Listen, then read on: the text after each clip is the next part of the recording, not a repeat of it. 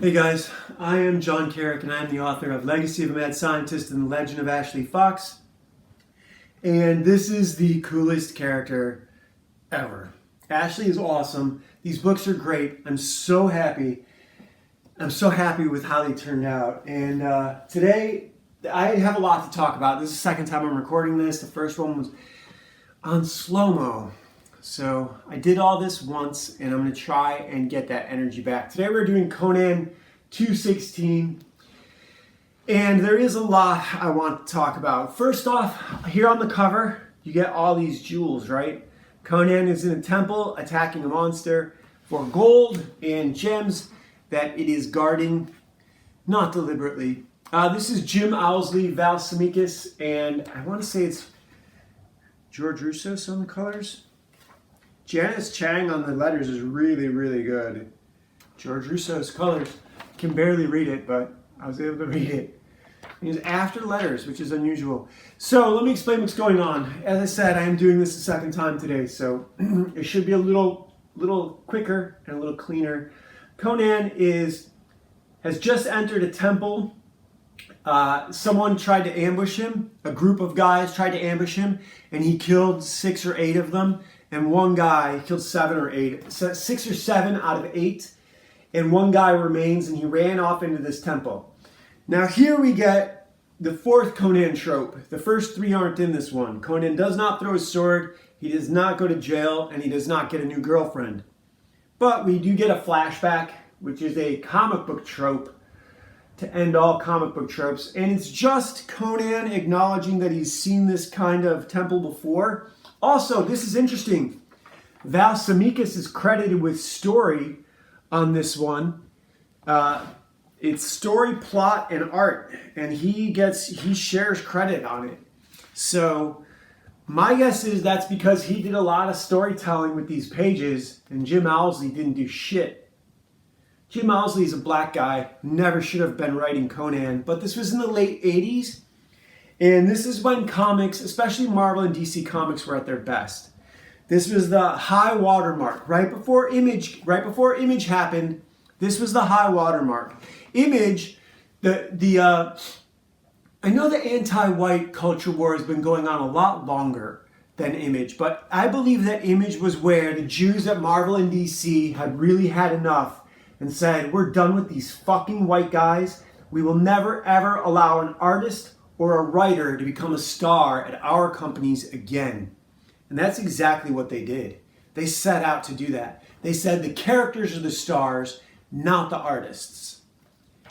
And it's been downhill for white guys ever since. Granted, we're being displaced in our own countries and in our own homes by these wealthy Jews who think they rule the world. It's not going to work out for them. And I don't want to go off on that all day today. I did it in the last video. The first version of this was very much because that's really what's going on. You're either anti-white or pro-white. And it's really anti-white or pro-white male right now. If you're a white male, everyone is out to get you. It's kind of, granted, it may have been this way for other people in the past in white countries, but not for white people in white countries. The Japanese don't have to worry about this in Japan. That's the way it should be. That's the way it's supposed to be. This forced diversity is the Tower of Babel. So that these 2% of the Jews can feel safer living in white countries where they're literally criminals and stealing and robbing everyone all the time. You can't make a business deal with a Jew. And that's why I never even wanted to work at Marvel or DC. It would have been nice to work on these characters, but even back then, there was too many behind the scenes stories about how much bullshit there was. It was obvious that artists were getting just wrecked. Here, Conan is descending into the temple. He's looking for the guy who attacked him, but he also knows that there is gold and jewels to be found. And earlier I was complaining about how this temple now granted it's in the desert. We don't know that it's in the desert. There's nothing here that says it's in the desert, but it is. Conan's mostly in the desert. And the outside of the temple is very desert. Look, I'm doing this guy a disservice. It's a desert temple up against some sort of mountain that had a rock slide in front of it. And there was one just like it in Conan's past that was filled with gems. And so that's why he's so eager to get in here. Now he does see these giant holes, and of course there's going to be some kind of monster. On the cover we see what kind of monster. He's going to be fighting insects in this one, not snakes, not wizards, not demons. And insects, I would say, of that entire group, would be the most dangerous. They are going to be the least negotiable. They only want food, and they're not going to hesitate to attack and kill you. This is the worst kind of thing you could have happen. Ants, cockroaches, these giant centipedes. It's not going to be good for Conan. He does get his sword under there, and then they roll down a bit, and he ends up landing on it and crushes it after stabbing it a few more times. But where there's one insect, there are thousands. That's the problem with bugs. So here, he finally does catch up with the assassin who fled. And this is where I gave Jim Owsley a bit of grief in the previous version of this that I did a few minutes ago. That was on slow-mo. Because he writes this guy, so he's a desert nomad, but Jim Owsley writes him with the same cultural background as you would give a Viking, in that he needs to die with honor in battle in order to be, venerated, or not venerated, in order to be accepted by his gods. And Conan says, well, if that's what you need, then that's not what I'm going to do for you. And he just leaves him. Oh, and Conan also notices that he's a boy, that he's a child. So maybe that's part of the reason why he doesn't want to murder him, but yeah. So we continue on, and Conan says, you're on your own, buddy. I guess you're dying on your own, because I ain't doing it. Fuck you, you tried to kill me. And I have some gems and gold to loot in this temple. And so he proceeds deeper in. Now again, there's no water in here, and everything is cut very smooth. I get that, it's very clean lines, but that's not how caves are. Caves are sharp. There's not a flat ground. It's all rock. The Bat Cave is out here. Bronson Caves out here in California, in Griffith Park.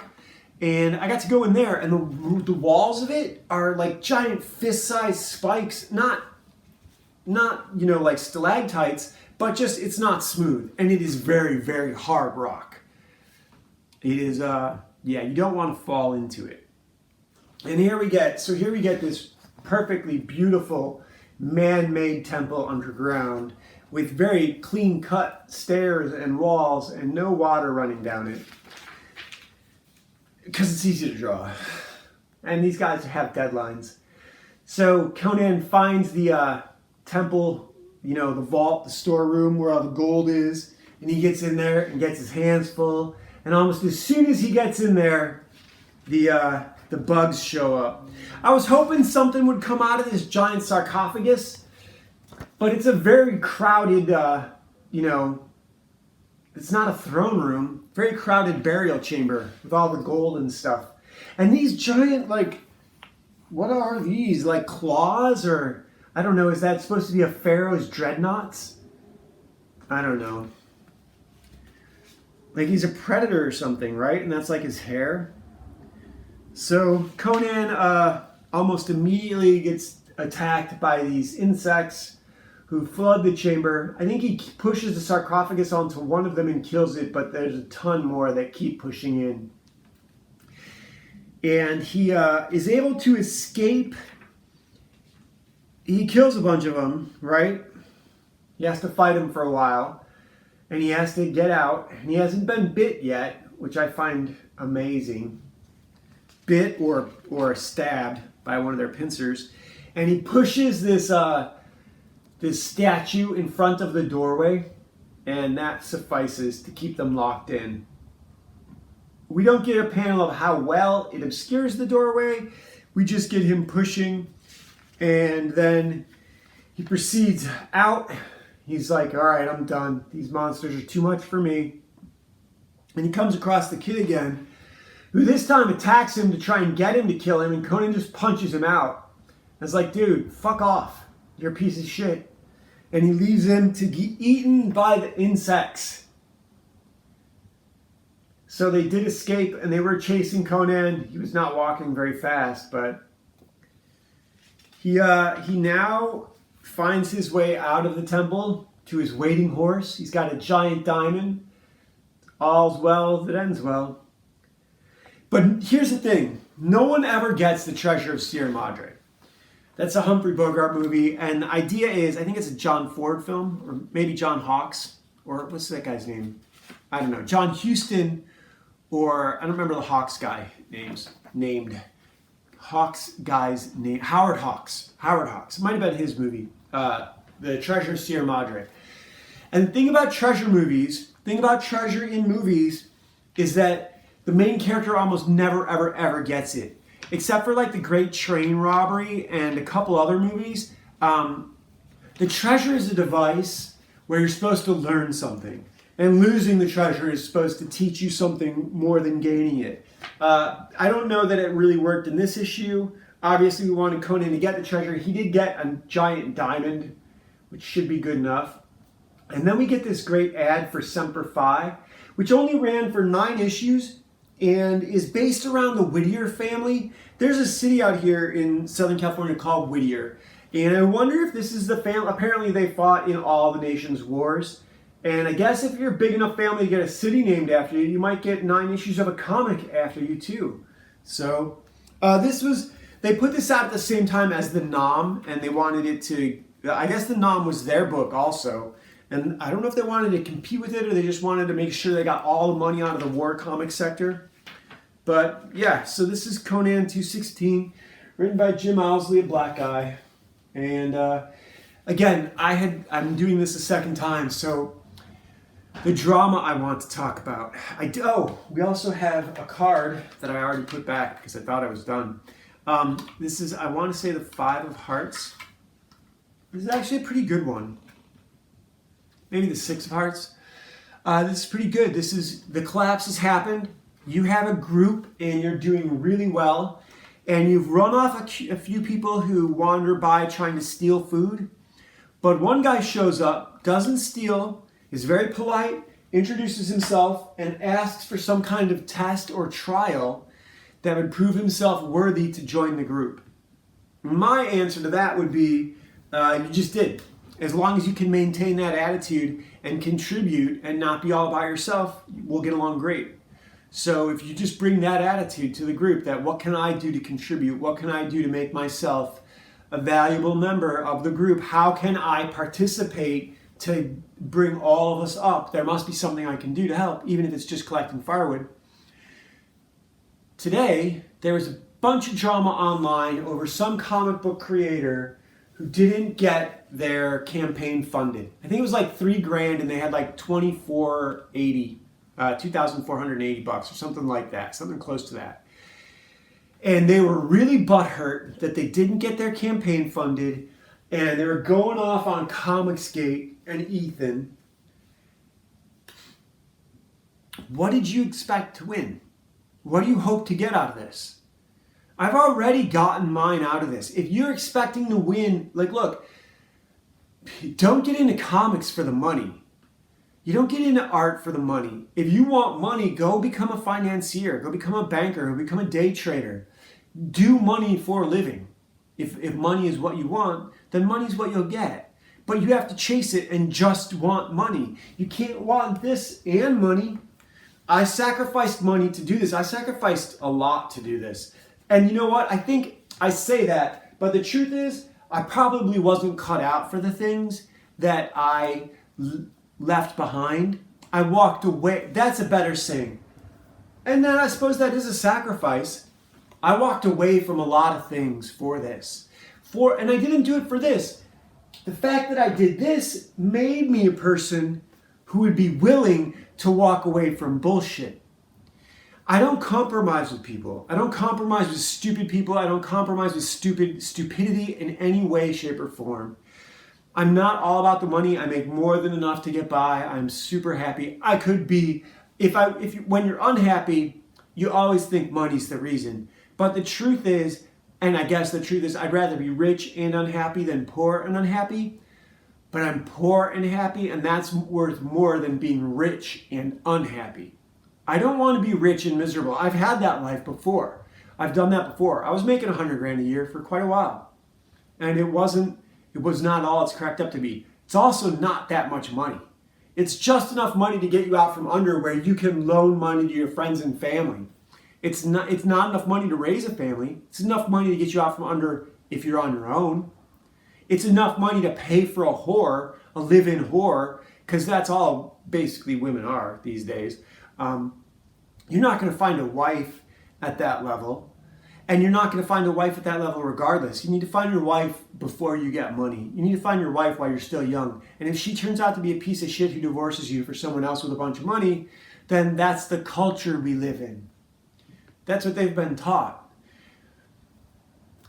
I don't want to get into the men versus women thing, but today, what the world is right now, in America, you're either pro-white male or anti-white male. The Jews have built a coalition.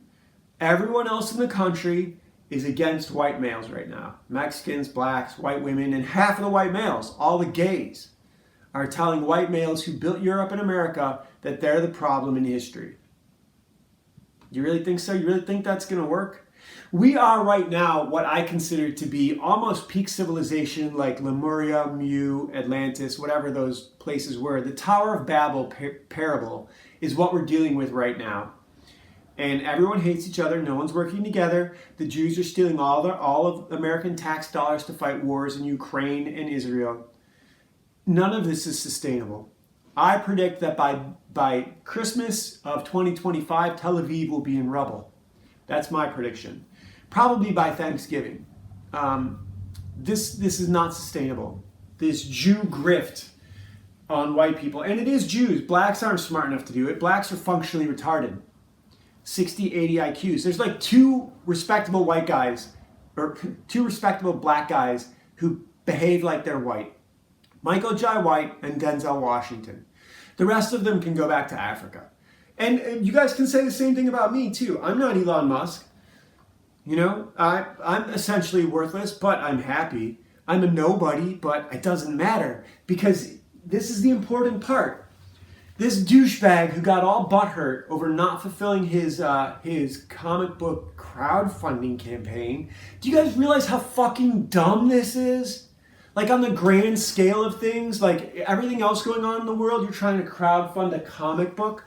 It's so fucking worthless. Like, make something that makes the world a better place. This is self-indulgent. That's what I'm all about. That's why I'm super happy, because I'm a narcissist. So I can live in my own place, and I have the best company in the world. I write stories. My life is fucking awesome, but I am a very unique character. It's very hard to get to where I am. You have to go through there is no path to here. The only way to here is do not compromise, do not go along to get along. If someone talks shit to you, get in their face immediately. That's what you have to do. That's the way the world is. That's the way the world is. And that's why guys, like here's another thing. Guys learn from comics. Guys loved comics because this was how you got to watch. This is essentially a white Michael Jordan, you know? Blacks love basketball, but white guys love war with swords and weapons. This is what we're good at. This is what we're really good at. Nobody beats us. So when this does happen, when America does finally collapse, when we do get to the next civilizational choke point, where only, say, 5,000 people survive. It's going to be interesting. It's going to be really interesting. So, yeah, why are you getting into crowdfunding comics? Why are you getting into writing fiction at all? Unless you're doing it for yourself, and you don't, I don't care if no one ever reads these. The next one that I'm writing right now, I don't write them for you. I write them for me. I write them so that when I finish a chapter, I sit back and I read it, and I know that's as good as anything anyone else has ever done. It's definitely my top level. I have my Tolkien trilogy, 273 pages, 112,000 words right now, and I'm only in the beginning of the third act. It'll probably be close to 300 pages before I'm done. I didn't write last night, but you know, I got to take one day off a week. So, if you're not doing this for self-esteem, if you're not doing this to grow as a person, to grow your own your soul, like this is your land is not your very own soul. Your self-development is who you are. So whatever you choose to do, if it's music, you know, if it's rebuilding motorcycles, if it's skating, takes a lot of courage to get on one of these. Most of you don't skate. There's girls who skate. There's hot white girls who skate better than I do.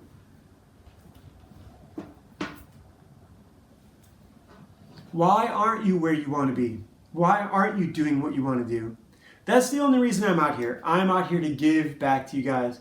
I don't mean to give racism, but that's the culture we live in, and I'm here for white guys. White guys, we need to be as unified. Look, I've said this before. I don't think I've said it on here before, but I've said it to people before.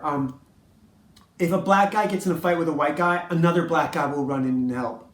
But white guys won't do that. As a matter of fact, Tom Segura made jokes about that. And that guy, wow, talk about someone who dug his own grave. Everyone hates Tom Segura now. I'm so happy, you guys. Find your thing. Find your thing and give yourself to it. That's the message of the Buddha. This is a lot more positive than the first one I did, because the first one was way more about the politics and what's going on, anti-white agenda. That's pervasive in our culture, not just in politics, it's in our culture. Politics is downstream from culture, and so Jews own TV and movies. No one can argue that now, and they're poisoning your culture. They're poisoning your culture, getting your daughters to tell their fathers that they're what's wrong with history. It's a very interesting time. All right, love you guys. See you tomorrow.